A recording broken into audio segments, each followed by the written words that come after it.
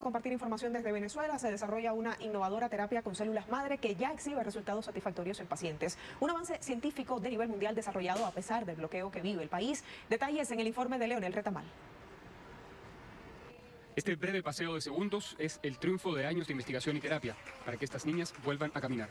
El caso más reciente es el de una niña de 6 años que recibió el tratamiento experimental con células madre de un donante sano, sin que su cuerpo las rechazara.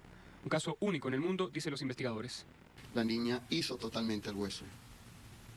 Al hacer el hueso, entró en la siguiente etapa, que es poner a caminar a la niña. Mientras estos niños comienzan a caminar, hay más presión sobre esa área, hay más consolidación del hueso y hay una gran probabilidad de que ella recupere totalmente su funcionalidad, su caminar. La niña sufre pseudoartrosis congénita de tibia, un tipo de enfermedad en el que el hueso se fractura con facilidad y no logra sanar, solo crea tejido fibroso que no es firme. En el caso de los niños pueden someterse hasta a 10 operaciones y en algunos casos incluso terminan con amputaciones. El tratamiento con células madre tarda años, pero es definitivo de ser exitoso. Un tipo de célula madre que se llama célula estromal mesenquimal. Esa célula, si la llevamos al laboratorio, la ponemos a multiplicar por millones, luego la convertimos en células de hueso y nos devolvemos con los traumatólogos al quirófano.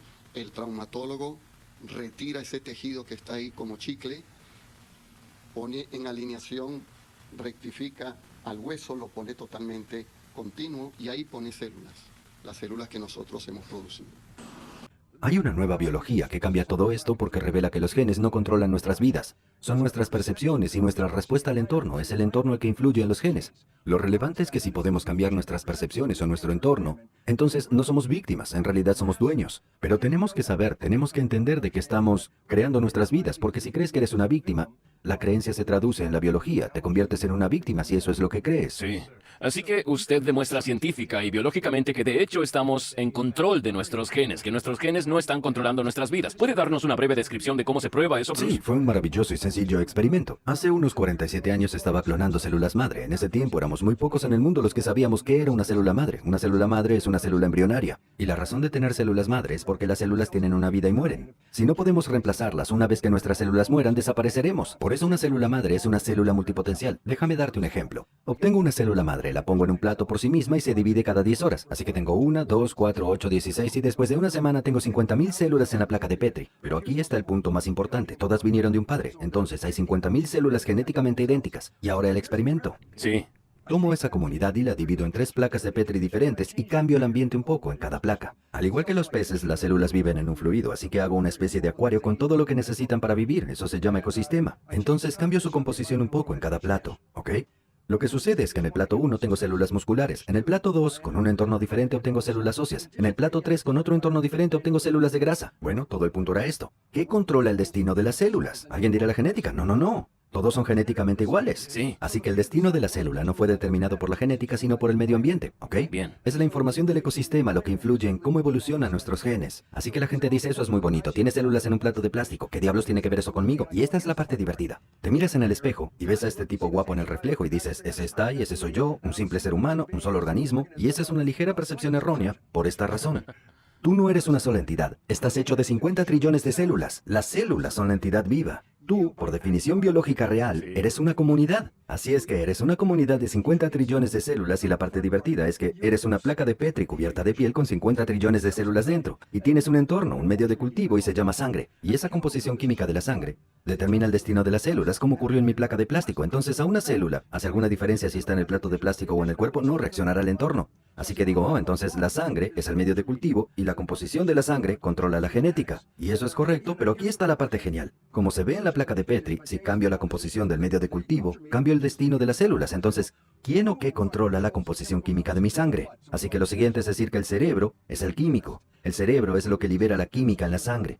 Y entonces se da un paso más. ¿Qué químicos debe liberar el cerebro en la sangre? Y voy al siguiente nivel, la mente. ¿Qué es lo que percibes? ¿Qué es lo que ves? ¿Qué es lo que buscas? Entonces supongamos que le digo a alguien, bien, aquí estamos. Me paro aquí, abro los ojos y veo a alguien que amo. Bueno, mi mente percibe el amor y lo traduce en la química del cerebro. como la dopamina, el químico del placer, la oxitocina, la del amor, la vasopresina, la atracción, la hormona del crecimiento, lo que aumenta el crecimiento de las células. Así que cuando una persona experimenta el amor, el cerebro libera un cóctel de estos maravillosos productos químicos y cuando las personas están enamoradas, brillan, Sí. son saludables, tienen mucha energía. Y te preguntas de dónde lo obtienen, del medio de cultivo, ¿ok?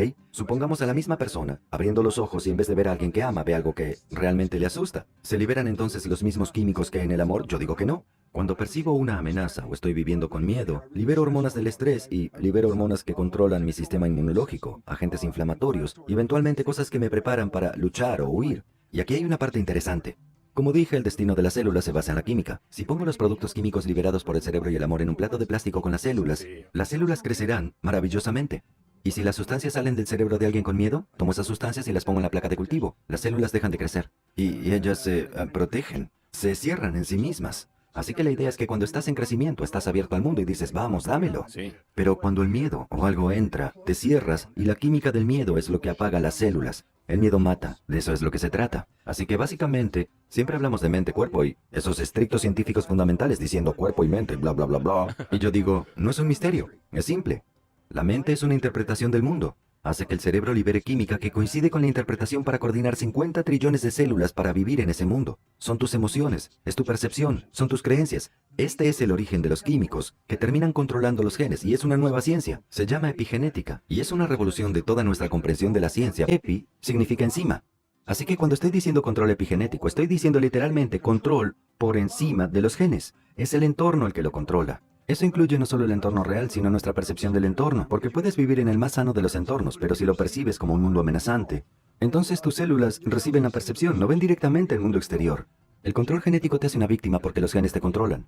La epigenética es una revolución porque dice, mira, si el medio ambiente o mi percepción controla los genes, yo soy quien puede cambiar mi percepción, yo soy quien puede cambiar mi entorno, así que de repente no estoy encerrado. Soy libre de cambiar la forma en que vivo en el mundo, que a su vez regresa cambiando la lectura genética. Y esto en verdad es profundamente importante porque, por ejemplo, mucha gente suele hablar del efecto placebo. Sí. ¿Y qué es el efecto placebo? Bueno, esta píldora te va a curar, es la nueva ciencia más grande del mundo. Y yo me lo creo y me tomo la píldora y me pongo mejor y luego me dicen que solo era una píldora de azúcar. Entonces la verdad es, bueno, ¿qué me curó? Bueno, no fue la píldora de azúcar, fue la creencia en la píldora. Entonces decimos, oh sí, un placebo crea buenos pensamientos que crean buena salud y buena salud. Y yo digo, sí. Y un mal pensamiento, un pensamiento negativo, un efecto nocebo realmente puede matarte, puede causar una enfermedad. Si crees firmemente que vas a tener cáncer porque todo el mundo dice que vas a tener cáncer, entonces tu percepción enviará pensamientos de cáncer a tu cuerpo. La química que viene de esos pensamientos al cerebro y al cuerpo es una química que no apoya la salud, sino que en realidad la conducirá a tu propia muerte. Así que de repente es el poder de tus percepciones, positivas o negativas, lo que anula tu genética. Bueno, en este mundo es cierto que la gente quiere acción inmediata, es el mundo en el que vivimos, gratificación inmediata. Si estoy enfermo quiero algo inmediatamente para solucionar el problema y por supuesto buscamos en el mundo de las drogas para comprender cómo funciona esa inmediatez. Pero el problema con esto es que hay formas más efectivas de curación. Ahora el problema con la